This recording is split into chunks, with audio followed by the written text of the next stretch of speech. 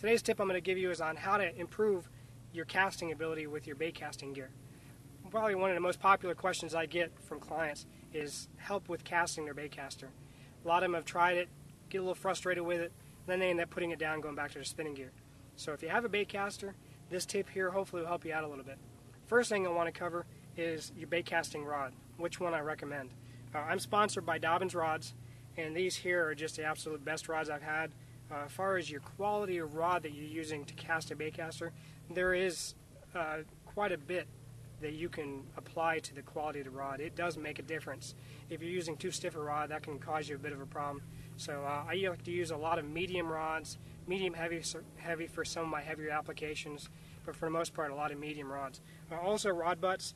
The longer rod butts really make a difference. The tip that I'm going to give you involves casting with two hands. The old bass fishing rods that we used to use, the casting rods, they were great in their time. They were what we called a trigger grip, where it was one handle and you would cast with one hand. In their time they were great.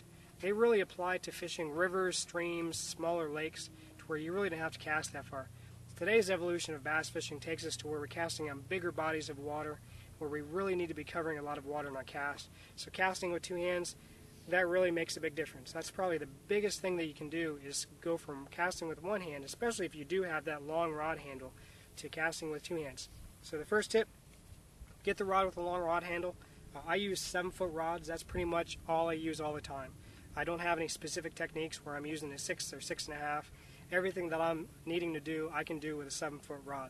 Now, if you're fishing, say like a small creek or river, let's say you live in Louisiana, maybe a 6.5-foot rod would be pretty good for you. But for me here in Orlando and the bigger lakes that I fish, these 7-foot rods are just absolutely perfect. Then the other tip that I want to give you is how you grip the reel. That's probably the biggest part of this tip. When we're casting with a bait caster, what keeps this spool from overspooling, which some people call a backlash, I prefer the term overspool, what keeps that from happening is your thumb on the spool. Believe it or not, your thumb isn't just for stopping the lure, it's for guiding this line to come off of this spool evenly. If your thumb isn't in contact in some way, that line is going to try to come off. A lot of times what happens is your lure is moving faster than your spool.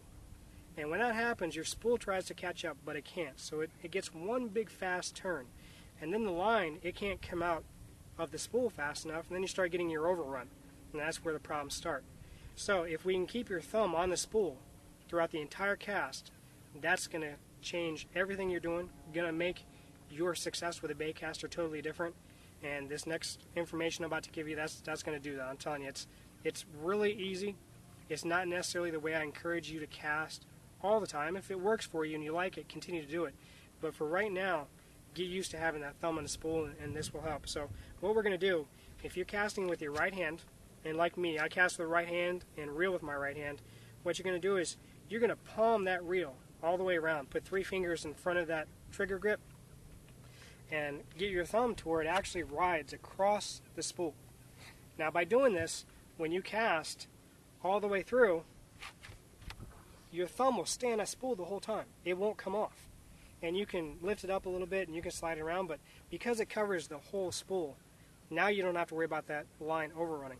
Now let's say you cast with your left hand and reel with your right hand.